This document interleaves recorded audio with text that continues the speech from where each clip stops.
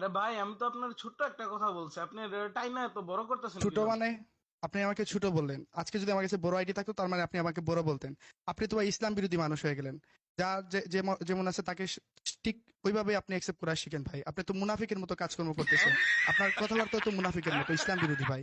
আপনার নাম দেখে তো বোঝা যাচ্ছে আপনি একজন মুসলমান। মুসলমান হয়ে একজন অন্য অপর মুসলমান ভাইকে আপনি আপনি এরকম ভাই, ইনসাল্ট করতেছেন। ভাই ভাই থামেন ভাই, আমার আমার ভুল হয়েছে ভাই, আমি বহুত বড় ভুল করে ফেলছি ভাই, আপনি আমার মাফ করেন। এখন এটা বলেন ভাই, আপনি কেমন আছেন? আলহামদুলিল্লাহ ভাই, ভালো আছি। আপনি কেমন আছেন ভাই? আমি আছি ভাই, মোটামুটি ভালোই। এই যে ভাই, মোটামুটি মানে কি বুঝাইলেন? মোটামুটি মানে তো বডি শেমিং এর কাছে চলে যায়। মোটা মানে ছেলেদেরকে আপনি উদ্দেশ্য করে বলছেন, মুটি মানে মেয়েদেরকে উদ্দেশ্য করে বলছেন।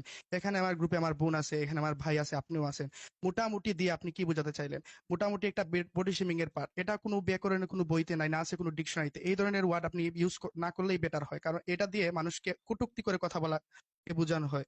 আপনার অবশ্যই এটা বিষয়ে ধারণা থাকা উচিত। তো নেক্সট টাইম আপনি যখন কথা বলবেন তখন মোটামুটি শব্দটা কখনো উচ্চারণ করবেন না, বিকজ ওই শব্দগুলো যখন আপনি উচ্চারণ করবেন অনেকের মনে আঘাত লাগতে পারে। ওই কষ্টটা তো আপনি আপনার ভিতরে আবার ব্রেক নিতে পারবেন না। আপনি আঘাত দিয়ে দিলেন, আঘাত দেওয়ার পর যদি সরি বলেন একটা মানুষ একসেপ্ট করবে, কিন্তু এই যে আঘাতটা পেলো, এই যে ব্যথা, এই বেজাটা কেমনে মানুষ সহ্য করবে? আমি আসলে ভাই একটা গাদার বাচ্চা, আমার মানে এখন কি করি, আমি কত বড় গাদা ভাই, আমি আপনারে কথা বলাইছি। ভাই শুনেন ভাই, আপনি প্রথমত আপনাকে গাদার বাচ্চা বললেন, দ্বিতীয়ত আমাকে বাচাল বললেন। আপনি আমাকেও ইনসাল্ট করছেন, সাথে সাথে আপনি আবার আপনার মা বাবাকেও ছোট করে দেখাইলেন।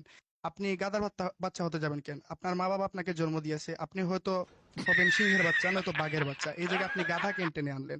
আপনাকে আল্লাহ মানুষ করে বানাইছে, সৃষ্টির সেরা জীব। তো আপনি সৃষ্টির সেরা জীব থেকে আপনি গাদার বাচ্চা হয়ে গেলেন, তার উপর ভাই দিয়ে ভাই আমাকেও ভাই ইনসাল্ট করে থামেন আপনার। ভাই, থামেন ভাই। ভাই আমার কথা শোনা, হ ভাই, আমি সিংহের বাচ্চা ভাই। এই তো ভাই, আপনি এখন জানোয়ারের বাচ্চা হয়ে গেলেন। আপনি তো আবার আপনার মা বাবাকে আপনি ইনসাল্ট করলেন।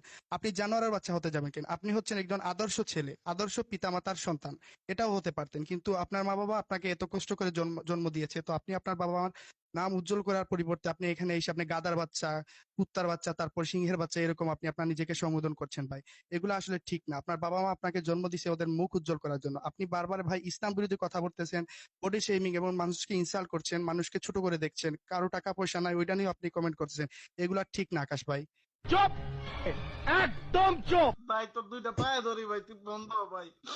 আমার আমার কানে আর সহ্য হইতেছে না ভাই। ভাই আপনি তো কইছিলেন ভাই আমি সিংহের বাচ্চা ভাই, এরপর আমার এত কথা কেন লাগে?